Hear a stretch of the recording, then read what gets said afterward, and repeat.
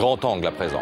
Grand angle consacré à la Tunisie ce matin où les événements s'accélèrent. On vous l'a dit, 3 morts et des manifestations un peu partout dans toutes ces localités que vous voyez sur cette carte. 2 morts notamment, dont un franco-tunisien dans cette ville de 12. Je vous propose qu'on regarde d'abord 2 images essentielles, très contrastées finalement. Image du couvre-feu tournée par l'envoyé spécial de BFM TV cette nuit à Tunis. Personne, absolument personne dans les rues, sinon, eh bien, évidemment, la police et l'armée. Et puis, autre image qui contraste pour le coup celle-là, image exclusive là aussi de Feriana, c'est près de Kasserine, c'est là où les événements ont été les plus chauds. On a brûlé là-bas un commissariat, mis à sac le siège du parti présidentiel, des manifestants très remontés.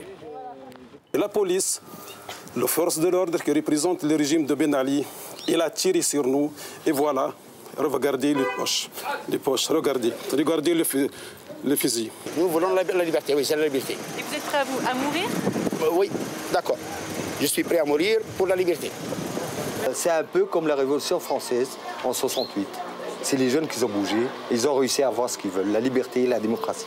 C'est un peu comme la Révolution française, dit ce témoin. Laure Rémy, l'envoyé spécial de BFM TV, est avec nous. Est-ce que l'on peut parler, Laure, de situation insurrectionnelle ?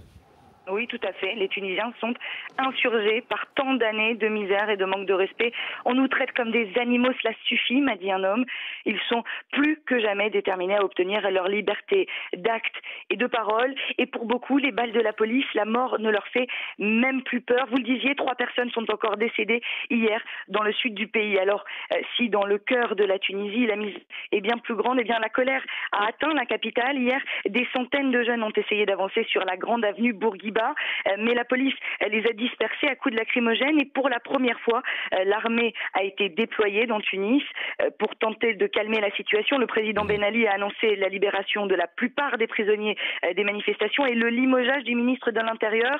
On a remplacé un chien par une hyène, a immédiatement éructé un homme à côté de moi. Vous le voyez, des mesures clairement insuffisantes pour désamorcer le mouvement. Laure Rémy, l'envoyé spécial de BFM TV en Tunisie, effectivement, comme vous le disiez, Laure, le président Ben Ali donne le sentiment, Pascal, d'entendre la rue. Alors, il a limogé effectivement dans les faits le ministre de l'Intérieur, mais lorsque l'on écoute l'ambassadeur de Tunisie auprès de l'UNESCO, on se dit que ce n'est qu'une façade.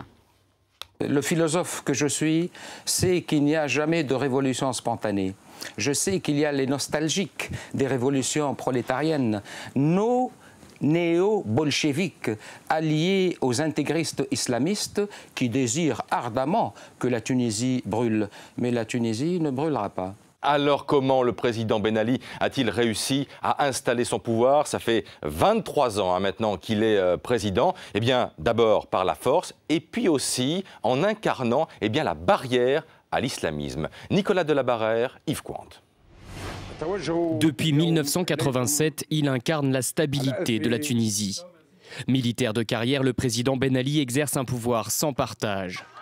Il a bâti son régime sur la croissance économique incontestable et s'est toujours présenté comme un rempart contre l'islamisme. Des garanties données à ses alliés occidentaux qui lui ont permis de mettre entre parenthèses la démocratisation du pays. C'est quelqu'un qui est là depuis 24 ans, qui a manipulé la Constitution, qui s'est octroyé mandat sur mandat en s'apprêtant à se donner un dernier mandat à vie. Il garde dans ses gènes le réflexe du super flic qui veut tout contrôler, qui a installé une police intraitable et qui fiche tout le monde partout, les touristes, les nationaux. À son actif, une politique destinée à aider les plus pauvres et à développer l'éducation. Ironie du sort, ce sont des jeunes diplômés au chômage qui sont à l'origine des émeutes. Ils dénoncent aujourd'hui un système gangréné par la corruption jusqu'au sommet de l'État. Barrière de l'islamisme, est-ce cette unique raison qui explique le silence assourdissant de la classe politique française, Pascal? De gauche comme à droite, Christophe, de Bertrand Delanoë à Frédéric Mitterrand, on ne se bouscule pas pour commenter les événements en Tunisie. Écoutez d'ailleurs Patrick Balkany. Il n'y a pas besoin de faire des grands discours quand le président du pays lui-même décide qu'il y a eu des erreurs de fait et les répare lui-même.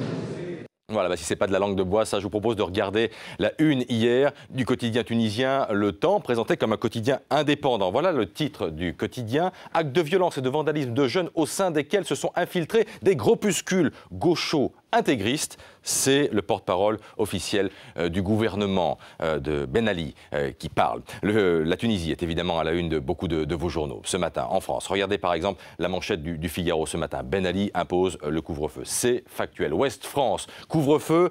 En Tunisie, c'est factuel, beaucoup plus engagé et sans doute beaucoup plus réel. L'humanité. Ben Ali tue. Un peu naturel, mais un peu extrême, sans doute. Et puis, le télégramme du côté de Brest, la rue ébranle l'État tunisien, c'est sans doute le titre le plus juste ce matin.